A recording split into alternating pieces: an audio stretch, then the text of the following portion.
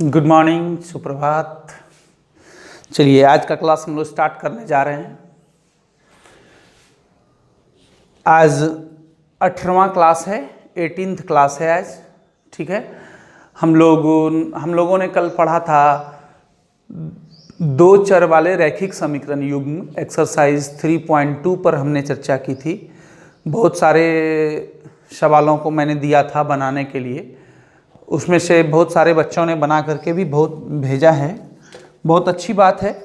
चलिए मैं उनका नाम लूँगा। सबसे पहले जिन्होंने होमवर्क भेजा है, सुमित कुमार 10D, अमोली 10A, प्रेरणा 10A, आयुष राज 10C, मनीषा 10C, श्रेया रानी 10A, प्रेम 10A, नैना 10B, Shivani 10D, Rimjhim 10B, Ram 10A, Sipra 10A, Shivani 10A, Gaurav 10C, Ladli 10A, Nitish 10A, Sania Praveen 10A, Suhana 10A, Anjali 10A, Ankit 10A, Swati 10A, Shubham 10B, Ravita 10B, Rahul 10C, Anjula 10C, Gaurav 10D, Srishti 10C, Prince 10D, Pritam 10D, Gausiya Praveen और भी बहुत सारे छात्र छात्राएं हैं जिन्होंने होमवर्क भेजा है।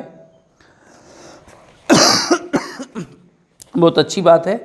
इसी तरह आप लोग मेहनत करते रहें घर में। और कल जो रिजल्ट सुनाया था उसमें एक बच्चे का नाम छूट गया था। ऐसे ये टॉप 10 में नहीं है, फिर भी 29 मार्क्स लाई है शिवानी 10A, रोल नंबर 46, उनका 29 मार्क्स आया था। मतलब 12वां स्थान हो जाएगा, 12th स्थान हो जाएगा। ये नाम छूट गया था कल बताना, ठीक है, इसलिए मैंने आज बता दिया आप लोगों को। तो आज 18वां क्लास है। कल मैंने होमवर्क दिया था, बहुत सारे बच्चों ने बना के अच्छे से भेजा है। मैं अब इसको आगे लेके बढ़ता हूँ। ये जो चैप्टर है ये मिक्स है, इसमें कुछ ग्राफ वाले सवाल हैं, ठीक है। पहला नंबर का दूसरा सवाल वो भी ग्राफ वाला ही था, लेकिन कुछ स्टूडेंट्स ने इसे यूं ही बना करके विलोपन प्रतिस्थापन से भेज दिया था। नहीं, मैंने कल भी बताया था आप लोगों को कि वो जो पहला का जो 2 नंबर है, एक पेंसिल और कलम वाला सवाल, वो ग्राफ कॉपी पर ही आपको बनानी है, ठीक है। उसमें लिखा हुआ है कि ग्राफ विधि से हल करने, आलेख विधि से हल करने, तो फिर आप किसी अन्य विधि का सहारा नहीं ले सकते। चलिए तो ग्राफ से ही उसको बनाएंगे। तो कल 3 तक अच्छे से हो गई थी, ऐसे 4 नंबर भी बहुत सारे स्टूडेंट्स ने बना के भेजा है। चलिए बहुत खुशी हुई, आप लोग मेहनत कर रहे हैं, इसी तरह मेहनत करते रहें, मेहनत का फल हमेशा मीठा होता है। तो आज का क्लास हम लोग स्टार्ट कर रहे हैं।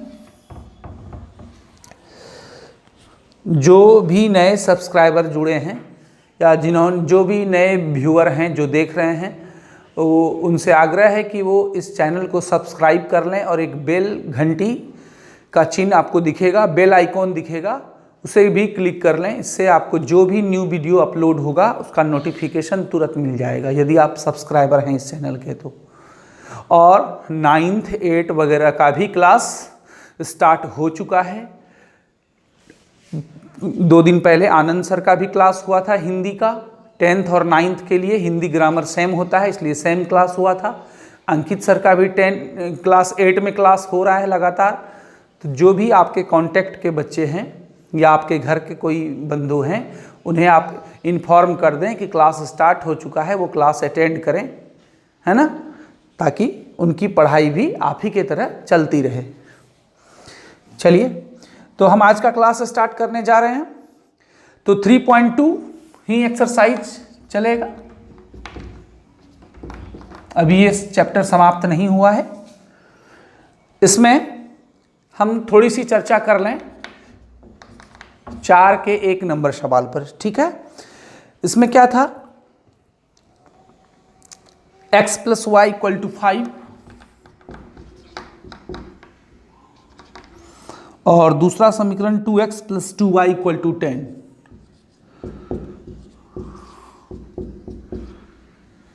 बहुत सारे बच्चों ने कहा था कि सर 4 नंबर थोड़ा सा बता दीजिएगा, इसलिए मैं 4 नंबर पर थोड़ी चर्चा कर लेता हूं, फिर मैं आगे बढ़ जाऊंगा, ठीक है।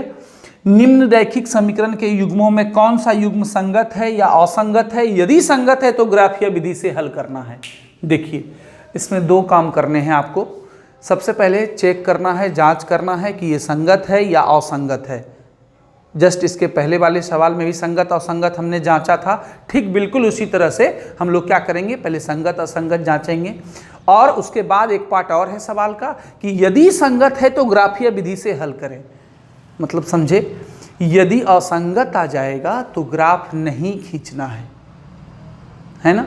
जैसे आप बाजार जा रहे थे, हम क्या बोले कि आप सब्जी ले लीजिएगा, ठीक है, यदि ताज़ी सब्जी होगी तो आप ले लीजिएगा, तो आप क्या करेंगे, केवल ताज़ी सब्जी लाएंगे ना। यदि कोई बासी सब्जी आपको लगा तो आप क्या करेंगे, नहीं लाएंगे।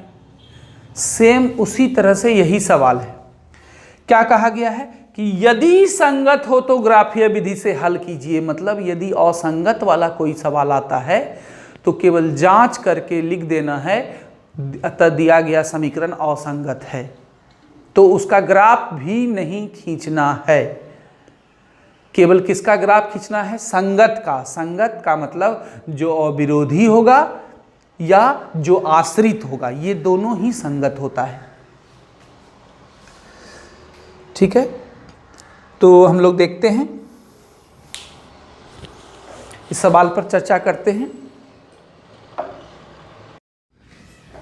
चलिए, सबसे पहले हम लोग क्या करेंगे, इसको चेक करेंगे कि ये किस टाइप का है समीकरण, संगत है असंगत है, ठीक है, और चेक हो जाएगा। उसके बाद फिर इसको बनाएंगे। तो एक काम कर सकते हैं, आप अभी मत मानिए इसको, समीकरण 1 और 2। पहले हम लोग क्या करते हैं, x + y + 5 को इधर बुला लेते हैं, तो क्या हो गया, -5 = 0। उसके बाद 2x + 2y + 10 को इधर बुला लेते हैं। तो आप जानते हैं जब उस पार से इस पार आता है तो उसका साइन चेंज हो जाता है, प्लस वाला माइनस हो जाता है और माइनस वाला प्लस हो जाता है।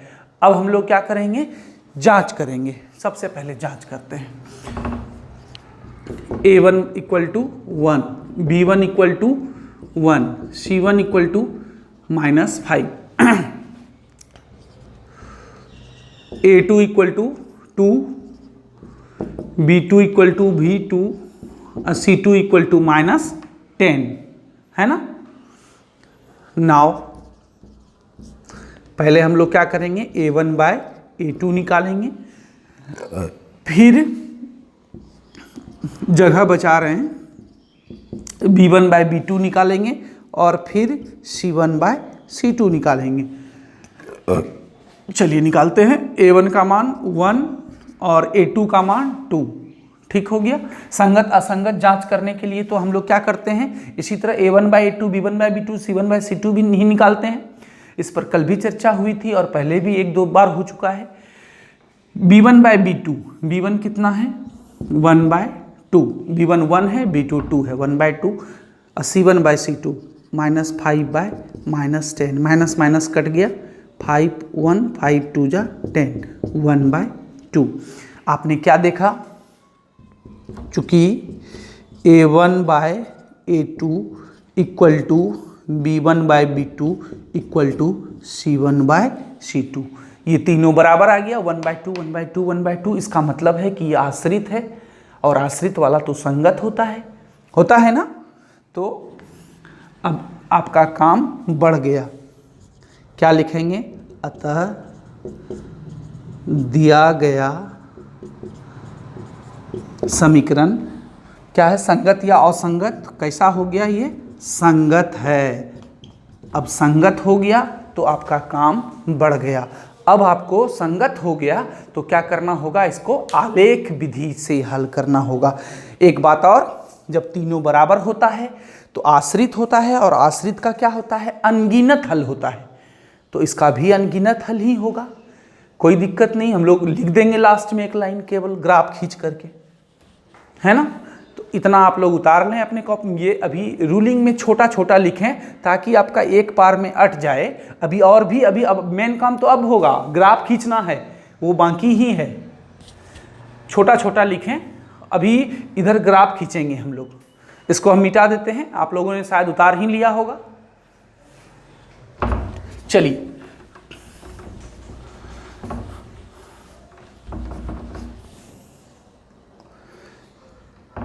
चलिए पूरा मिटा दिया।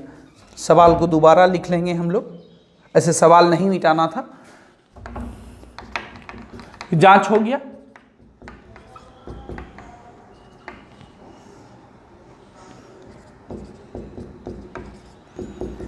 अब इसको first second from equation first, graph खींचने के लिए तो यही सब काम करना पड़ता है, करते हैं ना। तो हम लोग अब क्या करेंगे, इसका ग्राफ खींचेंगे। X Y from equation second, ठीक है। तो अब सेकेंड के लिए भी मान सारणी बनाना होगा, आप खुद से बनाएंगे। अब आप पढ़ चुके हैं, जान चुके हैं। तो समीकरण एक में x का मान रख के y का मान निकालना है, ये करना है, वो करना है। उसके बाद ग्राफ खींचना है, पैमाना लिख देना है। शायद बताना उचित नहीं है, अब आप खुद से बनाएंगे इसको। और इसका आलेख जो आएगा वो समांतर ही आएगा। कैसा आएगा? समान। 3 बिंदु लेंगे, x का एक मान रखेंगे, y का मान निकालेंगे, फिर x का दूसरा मान लेंगे, समीकरण एक में y का मान निकालेंगे, फिर तीसरा मान लेंगे, फिर इसी तरह समीकरण 2 में करेंगे, है ना। और उसके बाद क्या करेंगे, ग्राफ खींचेंगे। सॉरी समांतर नहीं, समपाती आएगा इसका। ये आश्रित वाला है ना, जब तीनों इक्वल टू होता है तो इसका आलेख कैसा आता है, समपाती, मतलब दोनों एक ही लाइन पर आएगा। दोनों क्या हो जाएगा, आप जैसे भी खींचेंगे ऐसे, तो दोनों एक ही, यहाँ पैमाना लिख दीजिएगा। जैसे लिखते हैं एक बड़ा घर बराबर इतना इकाई, जितना इकाई आप मानेंगे, 1 इकाई 2 इकाई आप पढ़ चुके हैं, दोनों एक ही पर आ जाएगा। तो क्या हो जाएगा, दोनों x + y = 5 और दोनों इसी पर लिखा जाएगा, ठीक है। कहीं कहीं लिख देंगे, हैं, जो भी फॉर्मेलिटीज हैं, x x dash y y dash पैमाना वगैरह वगैरह सब कुछ लिख देंगे। और यहाँ पर भाषा में क्या हो जाएगा, चूंकि उपरोक्त या दिए गए, जो भी लिखिए, उपरोक्त समीकरण का आलेख समपाती है, अतः इनके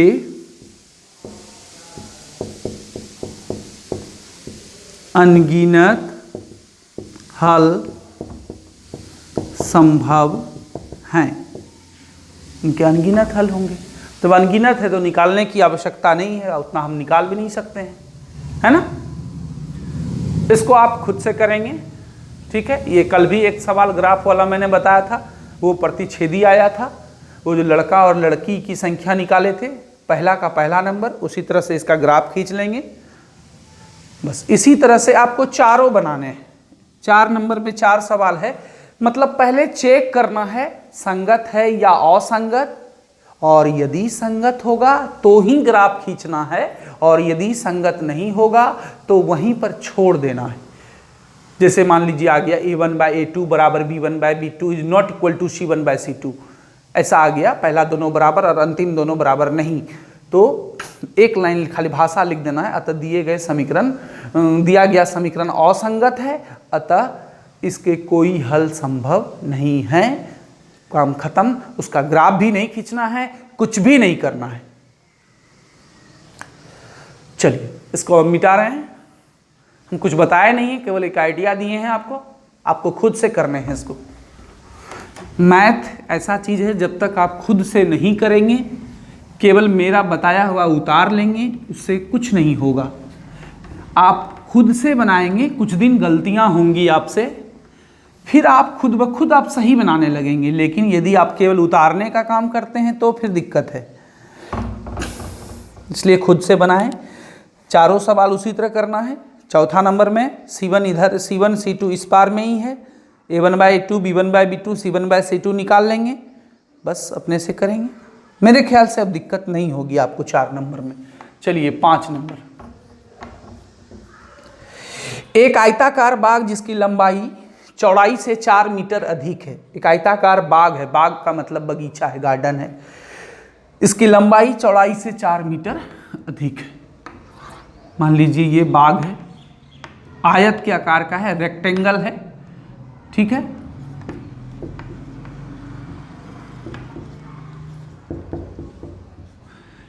मान लीजिए इसका चौड़ाई x है और लंबाई x है और चौड़ाई क्या है, y है। मीटर में है, सवाल सब कुछ मीटर में है, तो हम भी मीटर में ही मानेंगे, है ना। मीटर में दिया हुआ है कि उसकी लंबाई चौड़ाई से इतना मीटर अधिक है, इसलिए हम लोग लंबाई चौड़ाई मीटर में ही मानेंगे, ठीक है। इसका अर्ध परिमाप दिया हुआ है 36 मीटर। इस बगीचे का, इस बाग का अर्ध परिमाप 36 मीटर है। तो क्या निकालना है, बाग की विमाएं ज्ञात करें। बाग की क्या ज्ञात करें, विमाएं। बहुत सारे बच्चे प्रश्न पूछते हैं व्हाट्सएप पर मैसेज करके, मैं उनसे आग्रह करूंगा कि वो पूरी वीडियो को ध्यान से देखें। यदि मेरा विश्वास है, क्योंकि मैं बहुत दिनों से पढ़ा रहा हूं, मुझे अनुभव है, यदि आप पूरी वीडियो देखते हैं तो कोई डाउट नहीं होगा, आपको कोई प्रॉब्लम नहीं होगी। हाँ, यदि छोड़ छोड़ के देखते हैं, थोड़ा इधर थोड़ा उधर थोड़ा उधर, तो फिर प्रॉब्लम हो सकती है ना। इसलिए पूरी वीडियो एक बार देख लें, 40 मिनट 45 मिनट तक का होता है। उसके बाद मेरे ख्याल से सारा डाउट आपका क्लियर हो जाएगा। शांति से बैठ करके और बनाते रहें बीच बीच में, ठीक है। माना इसके बाग की विमाएं, विमाएं का मतलब उसकी लंबाई और चौड़ाई ज्ञात करना है। तो कल मैंने चर्चा की थी कि जो चीज मांगा जाता है वही हम मान लेते हैं।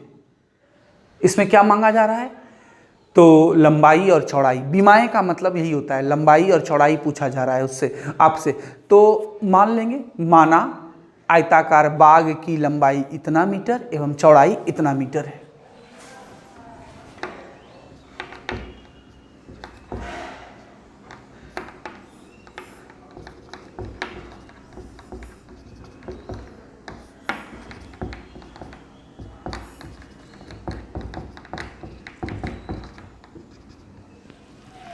छोटी m का मीटर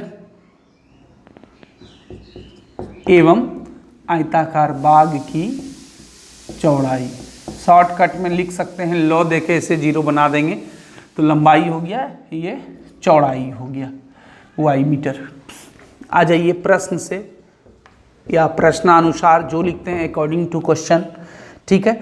तो क्या कहा जा रहा है कि इसकी, हाँ, इसकी लंबाई, किताब अपने सामने रख लें, चौड़ाई से 4 मीटर अधिक है। लंबाई, लंबाई क्या माने हैं, x, चौड़ाई से मतलब y से 4 मीटर अधिक है, मतलब y + 4। कल इसी तरह का एक सवाल था, लड़कियों की संख्या लड़कों से 4 अधिक है, तो लड़की बराबर, लड़की की संख्या बराबर लड़कों की संख्या +4, कम रहता तो -4।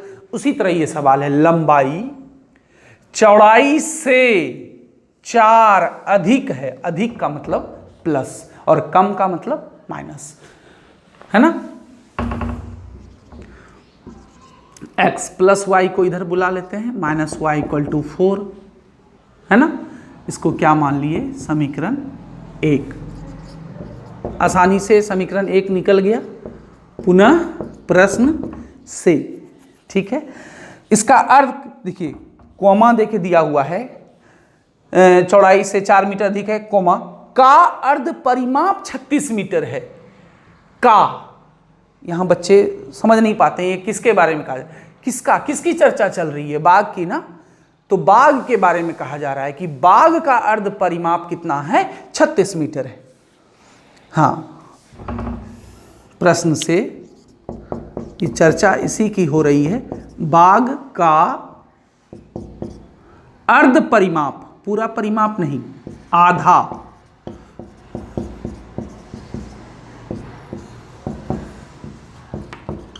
ठीक है। बाग कैसा है, आयताकार है। आयत का परिमाप क्या होता है, आप जानते हैं, 2 × L + B, मतलब 2 × लंबाई + चौड़ाई। ये तो पूरा परिमाप होता है। अर्ध परिमाप निकालने के लिए क्या करेंगे, 2 से डिवाइड करना होगा, भाग देना होगा। किसी भी चीज को आधा करने के लिए क्या करते हैं, 2 से भाग देते हैं। उसी तरह परिमाप जितना है उसको अर्ध परिमाप में बदलने के लिए क्या करना होगा, 2 से भाग देना होगा। तो बाग का पहले परिमाप लिख लेते हैं, 2 × लंबाई प्लस चौड़ाई। ये तो हो गया पूरा परिमाप, लेकिन यहाँ अर्ध परिमाप है तो आधा करने के लिए क्या करेंगे, 2 से भाग देते हैं। जैसे कि आपके पास 1000 रुपया है, इसको आधा करना है, आप क्या करेंगे, 2 से भाग दे दीजिए उसमें, 500 500 हो गया ना, आधा हो जाएगा। 2 2 खत्म।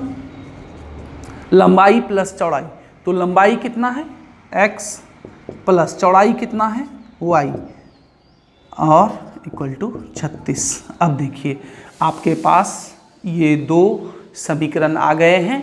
अब आपको क्या करने हैं, x और y का मान निकाल देना है। अब एक बात और, यहाँ पर ये नहीं लिखा गया है कि आपको किस विधि से बनाना है, आलेख से बनाना है या प्रतिस्थापन से या विलोपन से। जब नहीं ध्यान से सुनिएगा, जब नहीं लिखा हुआ रहे तब आपको जो विधि मन करे, जो विधि आपको हल्का लग रहा है, उसी विधि से आप x y का मान निकाल सकते हैं, है ना। 2 समीकरण निकल गया। अब ये नहीं कहा गया है किस विधि से बनाना है, तब तो आज मेरा में मन चलेगा, है ना। और ज़्यादातर अधिकांश बच्चे विलोपन विधि से ही बनाना पसंद करते हैं। तो आपकी मर्जी, आपको जिस विधि से बनाना है। इसको ग्राफ विधि से क्यों बनाना, उसमें बहुत टाइम लगेगा। जब नहीं कहा गया है तो हम क्या करेंगे, जो विधि हमको आसान लगेगा, जो विधि हमको कम समय में बन जाएगा, हम उस विधि से बनाएंगे। चलिए तो विलोपन विधि से बना लेते हैं इसको। समीकरण 1 और समीकरण 2 दोनों को जोड़ देते हैं। Equation 1 plus equation 2। बोलेंगे सर आप गुना नहीं कीजिएगा, विलोपन में गुना करते थे। गुना कब करते थे, बराबर करने के लिए ना। यहाँ बराबर है, -y + y पहले से बराबर है, पहले से कटने के लिए तैयार है, तो फिर गुना करने की क्या आवश्यकता है, कटाना ही है ना, मेन मकसद कट जाएगा। x - y = 4, x + y =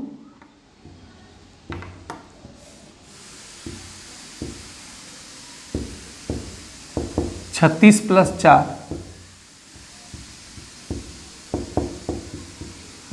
ये सब आप जानते हैं, इसलिए यदि मैं कुछ नहीं भी बोलूँगा तो आप समझ रहे होंगे। x = 20, x का मान निकल गया, मतलब लंबाई निकल गया। अब क्या करना है, चौड़ाई मतलब y निकालना है।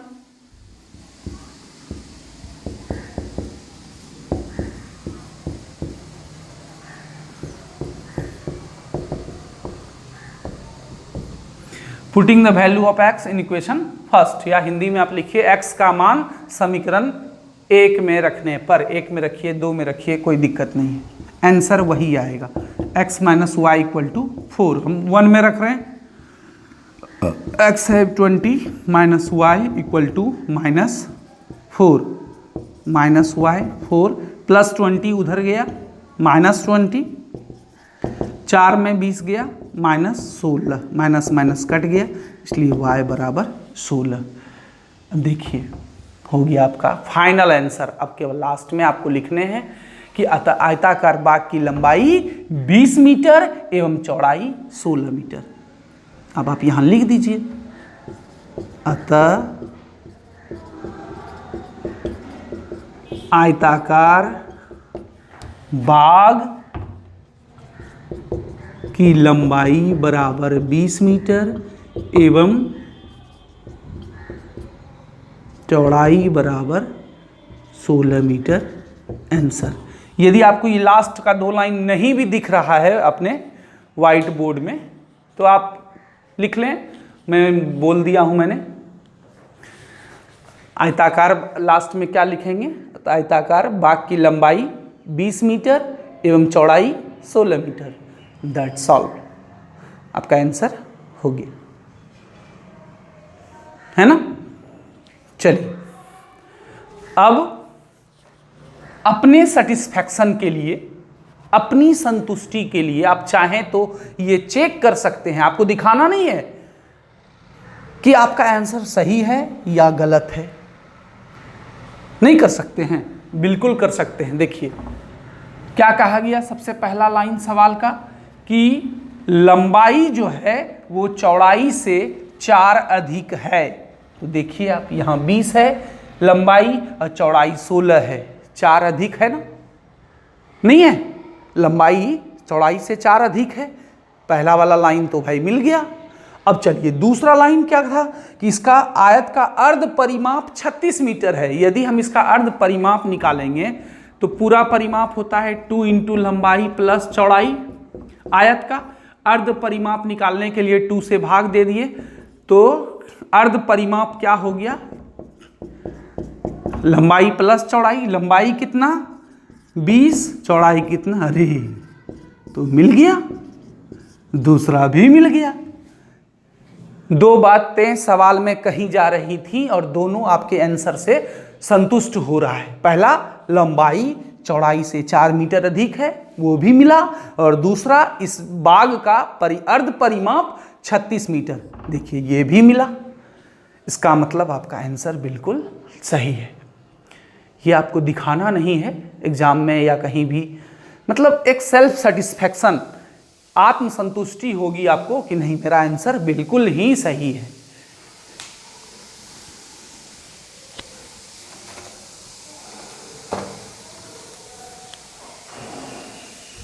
मिटा देता हूं मैं, आप अपने वीडियो को रोक करके आप उतार सकते हैं या खुद से भी बना सकते हैं, जैसे जो आपको अच्छा लगे। ठीक है, तो 5 नंबर सवाल तक हो गए। अब 6 और 7 इस चैप्टर में 2 सवाल और शेष रह गए हैं। 6 नंबर सवाल क्या है, आप अपने अपने बुक को ध्यान से देखिए। देखिए यही सवाल है, एक इक्वेशन दिया गया है 2x + 3y - 8 = 0। ठीक है, हम पढ़ते हैं सवाल को, आप ध्यान से सुनेंगे कि एक रैखिक समीकरण 2x + 3y - 8 = 0 दी गई है। 2 चर में ऐसी और रैखिक समीकरण लिखिए ताकि प्राप्त युग्म का ज्यामितीय निरूपण जैसा कि हो। 1 नंबर में है प्रतिच्छेद करती रेखाएं हो, 2 नंबर में है समपाती रेखाएं हो, और 3 नंबर में है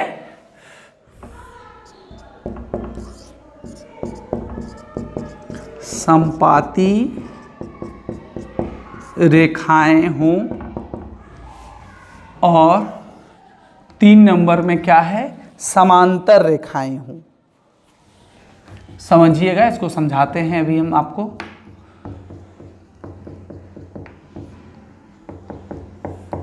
ठीक है, देखिए एक समीकरण दिया गया, एकदम सिंपल भाषा में हम आपको समझा रहे हैं। इसका क्या रहा है, आप पढ़ेंगे सवाल को 2-3 बार घर में आराम से। एक समीकरण दिया हुआ है, एक समीकरण दिया हुआ है, और कोई भी ग्राफ खींचने के लिए 2 समीकरणों की जरूरत होती है। तो इसका एक दूसरा समीकरण आपको लिखना है ताकि इसको जब दूसरे वाले के साथ मिला के ग्राफ खींचा जाए तो आलेख प्रतिच्छेदी हो। मतलब 2 भाई में एक भाई यहां पर है, एक भाई इसका बिछड़ गया है, यही मान के चलिए, उसको खोजना है आपको। ठीक है, मतलब एक समीकरण यहां है, दूसरा समीकरण निकालना है ताकि जब इसको इसके साथ मिला करके ग्राफ खींचें प्रतिच्छेदी हो। उसी तरह इसके में भी दूसरा समीकरण खोजना है ताकि जब इसको, पहला हमेशा वही रहेगा, पहले वाले को जब दूसरे के साथ मिला के ग्राफ खींचें तो आलेख समपाती हो, और उसी तरह तीसरा नंबर में भी समपाती हो। मतलब पहला यही रहेगा, दूसरा आपको खोजना है ताकि क्या हो, आलेख कैसा हो जाए, समपाती रेखाएं हो। एक एक करके याद कीजिए, यहां लिखेंगे। ये प्रतिच्छेदी वाला है, आलेख प्रतिच्छेदी होता है जब, कब होता है, जब a1/a2 is not equal to b1/b2, not equal to c1/c2 नहीं भी लिखेंगे कोई दिक्कत नहीं, यही दोनों भी केवल लिखेंगे तो ठीक है, कोई दिक्कत नहीं। तो लिख देते हैं, से अभी लिखते आए हैं। प्रतिच्छेद करती रेखाएं कब होती हैं, आलेख प्रतिच्छेदी तभी होता है जब ये तीनों नॉट इक्वल टू हो। तो आप थोड़ा सा गौर से सोचें, समीकरण क्या है, इधर हम रब कर रहे हैं, इसको हम मिटा देंगे। 2x + 3y - 8 = 0, यही है। ठीक है, अब इसके साथ ये हो गया a1, ये b1, ये c1। a1 का मान 2, B1 का मान 3 और C1 का मान -8। अब A2 B2 C2 आपको सोचना है क्या होगा दूसरा समीकरण। तो ऐसा करते हैं, कुछ भी लिख दीजिए ना इसके, जैसे कि हम लिख दिए 5x plus 10y minus 4 equal to 0। अब देखिए, यदि ठीक है, तो यदि हम ये समीकरण लिखते हैं तो 2/5 3/10 ये दोनों नॉट इक्वल टू हो गया, 8/4 ये भी कट के 2 आ जाएगा, माइनस माइनस कट ही जाएगा, तीनों नॉट इक्वल टू हो जाएगा। तो क्या हो जाएगा कि आलेख कैसा हो जाएगा, प्रतिच्छेदी हो जाएगा। मतलब इसका बहुत सारा आंसर संभव है और सबका आंसर अलग अलग होगा, आपका कुछ और होगा, मेरा कुछ और होगा, बुक में कुछ और दिया होगा, सब कोई सही है, मेरा भी सही है, आपका भी सही है, बुक का भी सही है। तो इसलिए सीधा सीधी आप लिखेंगे, यहाँ पर आप एक चीज लिख दें, A1 बराबर कितना 2, B1 इक्वल टू कितना 3, C1 इक्वल टू कितना -8। अब A2 B2 C2 आपको सोच करके एक समीकरण बना लेना है, रफ में या मने मन जैसे कीजिए। अतः अभिष्ट समीकरण बराबर क्या हो जाएगा, तो अभिष्ट का मतलब क्या हुआ कि जो आपको निकालने कहा गया, कुछ भी आप लिख दीजिए। आप ये वाला नहीं लिखना चाहते हैं, कुछ और भी लिख दीजिए। जैसे यहाँ 2x है, हम यहाँ लिख दिए 5x प्लस यहाँ 3y है, यहाँ लिख दिए 2y माइनस यहाँ 8 है, यहाँ लिख दिए हम 17 इक्वल टू 0। हो गया आंसर। बोलिए सर कहाँ से लाए आप, 5 कहाँ से लाए, 2 कहाँ से लाए, 17, कुछ भी लिख सकते हैं आप, बस ऐसा लिखना है ताकि A1/A2 not equal to B1/B2 not equal to C1/C2 हो जाए, बस ये ध्यान रखना है। मतलब तीनों में एक भी बराबर नहीं होनी चाहिए।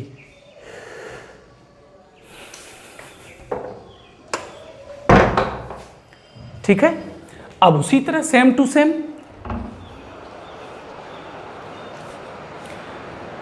प्रतिच्छेद करती रहे, आलेख प्रतिच्छेदी होता है, हो गया। अब यहां क्या लिखेंगे, आलेख संपाती होता है। आलेख संपाती होता है कब, जब A1/A2 equal to B1/B2 equal to C1/C2, जब तीनों क्या हो जाए, बराबर हो जाए, है ना। अतः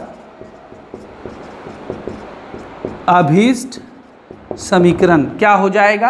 अब आपको ऐसा सोच सोच के लेना है ताकि ये तीनों बराबर हो जाए, तीनों क्या हो जाए, बराबर। जैसे यहाँ इसको आप 3 से गुना कीजिए, मान लीजिए 6x, तो इसको भी 3 से गुना कीजिए। 9y, तो इसको भी 3 से गुना कीजिए। 8 गुना 3 24।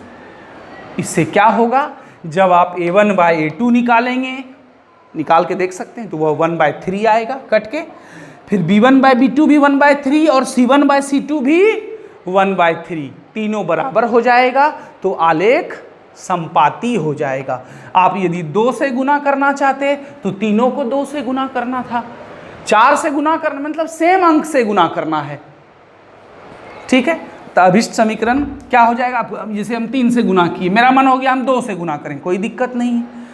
यहाँ 2x है, 4x, दूसरे वाले को भी 2 से ही कीजिए, तब 3 × 2 6y, और -8 को भी जब 2 से करेंगे तो -16 इक्वल टू 0। मतलब अब इसको 2x/4x 1/2, 3y B1/B2 कीजिएगा 1/2 और C1/C2 भी 1/2, हर हाल में 1/2 1/2 1/2 आएगा, अर्थात उसका आलेख संपाती होगा। आंसर सभी बच्चों का अलग अलग भी हो सकता है, कोई दिक्कत नहीं है। चलिए संपाती। अच्छा, तीसरा क्या था, समांतर। तीसरा यहां पर क्या है, समांतर रेखाएं हैं, वो सब आप देख लेंगे, कॉमन मिस्टेक है। आलेख समांतर होता है, कब होता है, जब, कंडीशन याद करें, जब a1/a2 equal to b1/b2 is not equal to c1/c2। ऐसा समीकरण आपको सोचना है कि पहला दोनों बराबर हो जाए लेकिन लास्ट दोनों इक्वल टू नहीं हो, बराबर नहीं हो। इसलिए अभिष्ट, अभिष्ट का मतलब जो निकालने दिया गया है, जो पूछा जा रहा है आपसे। अभिष्ट समीकरण क्या कीजिए, मान लीजिए इसको 2 से गुना कीजिए, इसको 2 से, तो इसको किसी और अंक से कर दीजिए, तभी ना होगा। इसको 5 से कीजिए, इसको 5 से कीजिए, इसको किसी और अंक से कर दिए। 5 दूनी 10x, 5 को जब 3y से करेंगे, 5 गुना 3 15, लेकिन इसको भी 5 से नहीं कीजिए, नहीं तो फिर ये वाला हो जाएगा संपाती वाला। इसको किसी और डिजिट से कर दीजिए, 3 से कर दीजिए। 8 × 3 24 इक्वल टू 0। इसमें आंसर सबका अलग अलग हो सकता है ना। हम जब a1/a2 करेंगे 1/5 आएगा, b1/b2 भी 1/5 आएगा, लेकिन c1/c2 आ जाएगा 1/3। मतलब इस कंडीशन को फॉलो करेगा और उसका आलेख कैसा हो जाएगा, समांतर हो जाएगा, है ना। हो गया, ओके। इसको अपने वीडियो को पॉज करके आप लोग क्या करें, उतार लें। अब इस चैप्टर का एक आखिरी सवाल है, मैं इसे मिटा रहा हूं।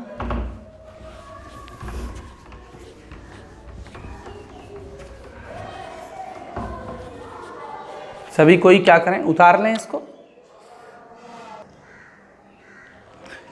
चलिए, अब ये इस चैप्टर का आखिरी सवाल है, ठीक है। अब इस पर हम लोग चर्चा करते हैं। क्या है सवाल, उसको पढ़ते हैं पहले एक बार। समीकरण x - y + 1 = 0 और 3x + 2y - 12 = 0, ठीक है, का ग्राफ खींचिए। चलिए, सबसे पहला काम क्या करना है, ग्राफ खींचना है। शायद आप लोग एक्सपर्ट हो चुके होंगे ग्राफ खींचने में, ठीक है। एक्स अक्ष और इन रेखाओं से बने त्रिभुजों के शीर्षों के निर्देशांक ज्ञात कीजिए और त्रिभुजाकार पटल को छायांकित कीजिए। मतलब 3 काम दिया गया है आपको, है ना। आप जाते हैं कभी, मान लीजिए सब्जी लाने, आपको बोल दिया जाता है उधर से दवाई भी ले लेना, उधर से एक काम और ये भी कर लेना, है ना। तो आप क्या करते हैं, सभी काम करके लौटते हैं। बस उसी तरह है, यहाँ केवल ग्राफ ही नहीं खींचना है, उसके अलावे भी 2 काम और है। लेकिन सबसे मुख्य, सबसे पहला, सबसे मेन काम क्या है, ग्राफ खींचना। तो इसका ग्राफ खींचना होगा। तो ग्राफ आप लोग जानते हैं कैसे खींचा जाता है। किस फ्रॉम इक्वेशन फर्स्ट, समीकरण 1 के लिए मान सारणी बनाएंगे, फिर फ्रॉम इक्वेशन सेकेंड, ठीक है, फिर 2 के लिए भी मान सारणी बनाएंगे। दोनों मान सारणी में 3 मान लेंगे रफ कॉपी में, x का मान और y का मान निकाल के भरेंगे। ये सब कई बार चर्चा हो चुकी है, मैं डायरेक्ट लिख देता हूँ। जैसे x का मान 1 लिए तो 1 + 1 2, उधर जाएगा -2, माइनस कट जाएगा, यहाँ 2 हो जाएगा। 2 लेते हैं, 2 1 3, उधर जाएगा -3 कट गया, माइनस कट गया, केवल 3 बचा। इसी तरह आप ले सकते हैं, 0 ले लिए, x का मान 0 ले लिए तो क्या हो जाएगा, y का मान 1। आप निकाल लेंगे रफ में, डायरेक्ट समझ रहे हैं तो बहुत अच्छी बात है।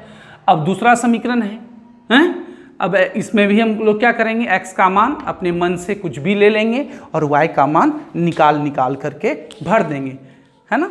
आप कर सकते हैं शायद। दूसरा समीकरण क्या है, 3x + 2y - 12 = 0। कोई भी मान ले लीजिए, 0 ले लेते हैं तो 3 × 0 0 हो जाएगा। डायरेक्ट बचेगा क्या, 2y - 12, रब कर रहे हैं, 2y = 12, 2 से 12, 6 बार में।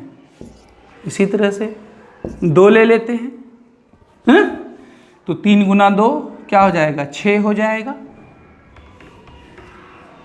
x का मान 2 ले लिए, 3 × 2 6, 6 में 12 गया, -6 plus 2y equal to 0, 2y equal -6 उधर गया +6 और 2 से 6 कट गया 3, y का मान कितना आया 3। 4 ले लेते हैं x का मान, तो 3 × 4 कितना हो जाएगा 12 + 12 - 12 खत्म। कर लेंगे अपने से। 2y इक्वल टू 0, तो y का भी मान क्या हो जाएगा 0, मतलब y का मान जब x का मान जब 4 लिए तो y का मान 0 आप निकाल लेंगे अपने से। ठीक है, चूंकि हम लोग कर चुके हैं इसलिए हम लोग डायरेक्ट इसको बना दिए। अब इसका ग्राफ खींचें, उसके बाद बाकी दो काम कर जो देखते हैं क्या क्या कहा गया है। x का मान बड़ा से बड़ा मान कितना 4 तक है, y का मान 6 तक है, तो 1 1 का भी लेंगे तो काम चल जाएगा। 0 ये सब जानते हैं आप, ये सब कई बार चर्चा चल चुका है। 1 2 3 4 5 2 3 4 5 -1 -2 -3 -4 1 2 3 4 5 6 7 जितना जगह खाली हो, है ना, बराबर दूरी पर। ग्राफ में तो खैर कोई दिक्कत नहीं होनी चाहिए आपको। -1 -2 -3 -4 -5 जितना जगह हो उतना ले सकते हैं। पैमाना पैमाना क्या लिखेंगे, एक बड़ा घर बराबर 1 इकाई, किस पर x अक्ष पर, और y अक्ष पर भी एक बड़ा घर बराबर 1 इकाई है, मान लिए हम लोग। चलिए अब क्या करते हैं, ग्राफ खींचते हैं। x का मान 1 y का मान 2, x का मान 1 y का मान 2 कहाँ पर आएगा, यहाँ पर आएगा। x1 और 2 दोनों जहाँ मिलेगा वही बिंदु होता है 1 2 2 3, x का मान 2 y का मान 3 कहाँ पर आएगा, इधर से 2 गया इधर से 3 आया। लाइन नहीं खींचना है आपको, डायरेक्ट ग्राफ कॉपी में हो गया। 0 1 x का मान 0 और y का मान 1। अब देखिए तीनों एक रेखा में आ जाए तो मतलब आप सही बना रहे हैं, है ना। और तीनों एक रेखा में आया भी, मैं तो व्हाइट बोर्ड पे बना रहा हूं, आप जब ग्राफ पे बनाएंगे तो बिल्कुल आएगा। जहां जगह खाली मिले डबल लाइन नहीं खींचना है, जहां जगह खाली मिले वहां समीकरण का नाम लिख दीजिए, x - y प्लस छोटा छोटा प्लस 1 इक्वल टू 0। तो पहले वाले का ग्राफ हमने खींच लिया। अब दूसरे वाले का ग्राफ 0 6, ये हो गया 0 6, ठीक है। 2 3 x का मान 2 y का मान 3, ये बिंदु तो हमने पहले भी लिया था इसलिए दोबारा नहीं लेना है, बस यही बिंदु है। 4 0 4 0 तीन बिंदु आया, 1 2 3 तीनों एक रेखा में है। ग्राफ कॉपी से बाहर नहीं, पेंसिल से ही बनाना है। टेस्ट में भी कुछ बच्चों ने पेन से बना करके भेज दिया था, ध्यान रखेंगे ऐसा ना हो, उसमें आपके मार्क्स कट जाएंगे। जहां जगह खाली मिले वहां लिख दीजिए आप 3x + 2y - 12 equal to 0। Graph का सारा काम हो चुका है, थोड़ा स्पीडली मैंने बता दिया क्योंकि पहले कई बार हो गया है ना। चलिए अब जो बाकी दो काम क्या क्या कहा गया है, इन रेखाओं फिर से x अक्ष और इन रेखाओं से बने त्रिभुज के शीर्षों का निर्देशांक ज्ञात कीजिए। इन रेखाओं मतलब इन आलेखों, दो ग्राफ खींचे, एक इधर वाला एक इधर वाला, और x अक्ष कौन सा है नीचे वाला, तो त्रिभुज कौन सा बना A B C, ये त्रिभुज बना। इसका निर्देशांक बताना है, इसका क्या बताना है, निर्देशांक कोऑर्डिनेट ज्योमेट्री आप लोग पढ़े होंगे 9th में भी, मतलब उसका तीनों बिंदु का नाम बताना है, बताएंगे हम लोग। हाँ, एक्स अक्ष के साथ, एक्स अक्ष और इन रेखाओं, यदि कहता वाई अक्ष तब तो ये वाला हो जाता, तब तो ये त्रिभुज हो जाता, लेकिन वाई वाला नहीं कहा, वाई अक्ष नहीं कहा जा रहा है, एक्स अक्ष तो नीचे वाला है। और इन रेखाओं मतलब इन ग्राफों, दो ग्राफ खींचे, एक इधर वाला और एक इधर वाला, तो यही त्रिभुज ना बना कि नहीं बना। एक्स अक्ष एवं दोनों आलेखों से बने त्रिभुज ABC, उसका नाम दे दिए हम लोग, के तीनों शीर्षों के निर्देशांक क्रमशः,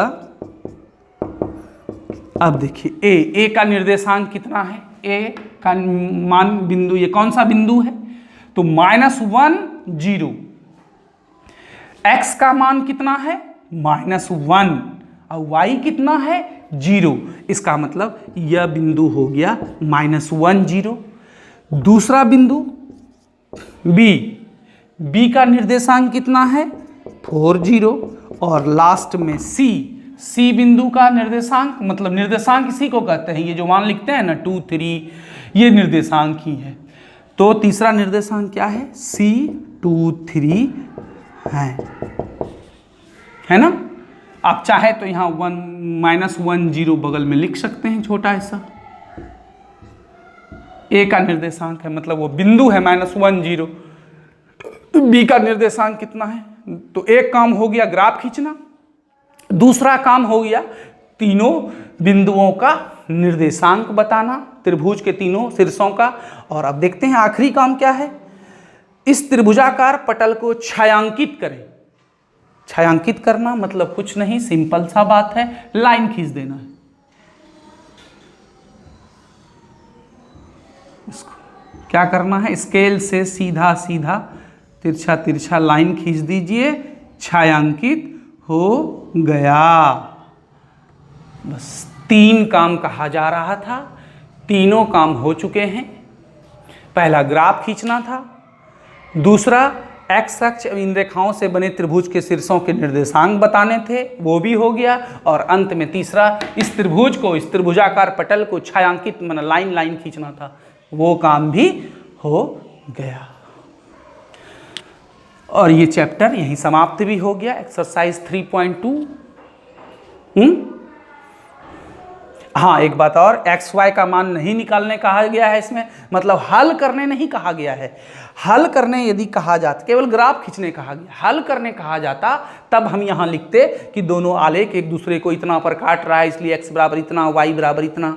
हम नहीं कहा गया है हल करने, तो हम हल नहीं करेंगे। हमेशा ध्यान रखिए कि जो काम नहीं कहा जाए वो बिल्कुल नहीं करना चाहिए। मैथ हमें डिसिप्लिन सिखाता है ना। आपसे नहीं पूछा गया हल करें तो हल नहीं करना है, जो जो कहा गया वो है मैंने कर दिया। आप लोग वीडियो को रोक करके इसको उतार लें।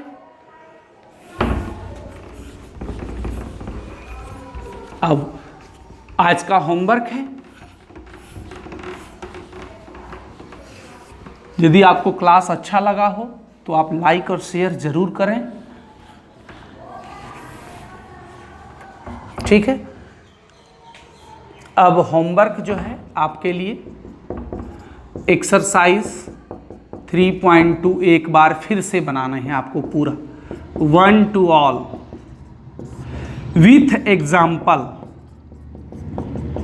एग्जाम्पल में कुछ सवाल नहीं बने थे कुछ बच्चों से, शायद आज का क्लास अटेंड करने के बाद वो बना लें। फिर भी यदि कुछ प्रॉब्लम रहती है तो फिर हम देखेंगे नेक्स्ट क्लास में। विथ एग्जाम्पल मतलब एग्जाम्पल भी बनाना है और आपको पूरा एक्सरसाइज भी बनाना है।